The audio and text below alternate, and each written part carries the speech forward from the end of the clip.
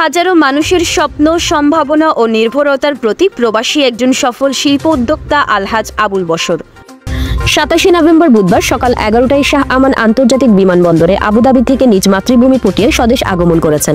বিমানবন্দরে ফুলেল শুভেচ্ছা জানিয়ে সংবর্ধিত করেন পটিয়া পৌরসভার 8 নং ওয়ার্ড বিএনপি ও অঙ্গ সহযোগী সংগঠনের নেতৃবৃন্দ। এ সময় উপস্থিত ছিলেন পটিয়া পৌরসভা বিএনপি নেতা মোহাম্মদ শওকত আকবর মুন্না, পটিয়া পৌরসভা 8 নং ওয়ার্ড বিএনপি নেতা আব্দুল আলিম, আয়ুব মোহাম্মদ, ওমর আলী, আব্দুল কাদের, আবুল বশর, সিরাজুল ইসলাম, আব্দুল মান্নান, জাহাঙ্গীর আলম, ইঞ্জিনিয়ার সাইফুল ইসলাম তালুকদার, পৌরসভা 8 নং ওয়ার্ড যুবদলের সভাপতি মোহাম্মদ বেলাল হোসেন, মোহাম্মদ শাহজাহান সহ আরও অনেকেই।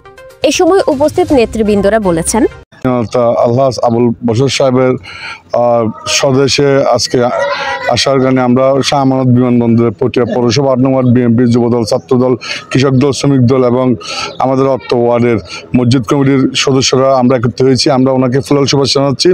বশর ভাইয়ের নেতৃত্ব খুব থাকবে ইনশাল্লাহ। আলহাজ আনামুল হক আনাম ভাইয়ের নির্দেশনায় পটিয়া পৌরসভাকে আমরা আধুনিক মডেল পৌরসভা হিসেবে রূপান্তরিত করার জন্য বশর ভাইয়ের মতো নেতৃত্ব আমরা চাই।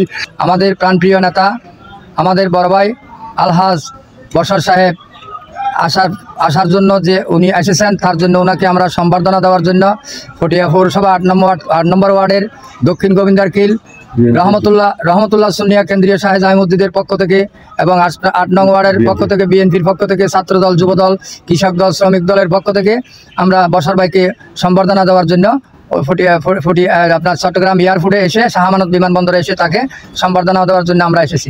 সেই পৌরসভা 8 নং ওয়ার্ডের অধিবাসী বশর ভাই একজন দানবীর মানুষ ও ভালো মানুষ ও সমাজসেবক ও দানবীর এবং ও গরিবের বন্ধু এবং ও আর হাজারি যে কোনো ধর্মীয় প্রতিষ্ঠানের যে দান হাত বাড়াই দেয় বলে আর দক্ষিণ গোবিন্দারকিল 8 নম্বর ওয়ার্ড যারা রহমতুল্লাহ সুন্নিয়া কেন্দ্রীয় শাহ জামজিদ ফুলকানি মাদ্রাসার পক্ষ থেকে ওরা আজ রিসিভ করতে বেশি দল দুবাই বিএনপির সিনিয়র সহসভাপতি বশর সাহেব আগমন উপলক্ষে আমরা শাহ আমানত বিমানবন্দরে পটিয়া পৌরসভা 8 নং ওয়ার্ড যুবদল, বিএনপি, যুবদল, ছাত্রদল, কৃষক দল সবাই একত্রিত হয়েছে। ওনাকে ফুলের সংবর্ধনা দিয়ে আজকে আমরা বরণ করলাম।